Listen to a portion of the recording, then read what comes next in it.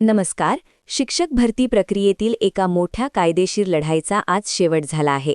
सर्वोच्च न्यायालयाने टीईटी 55-60% सवलतीच्या मुद्द्यावर दूध का दूध आणि पाणी का पाणी केला आहे.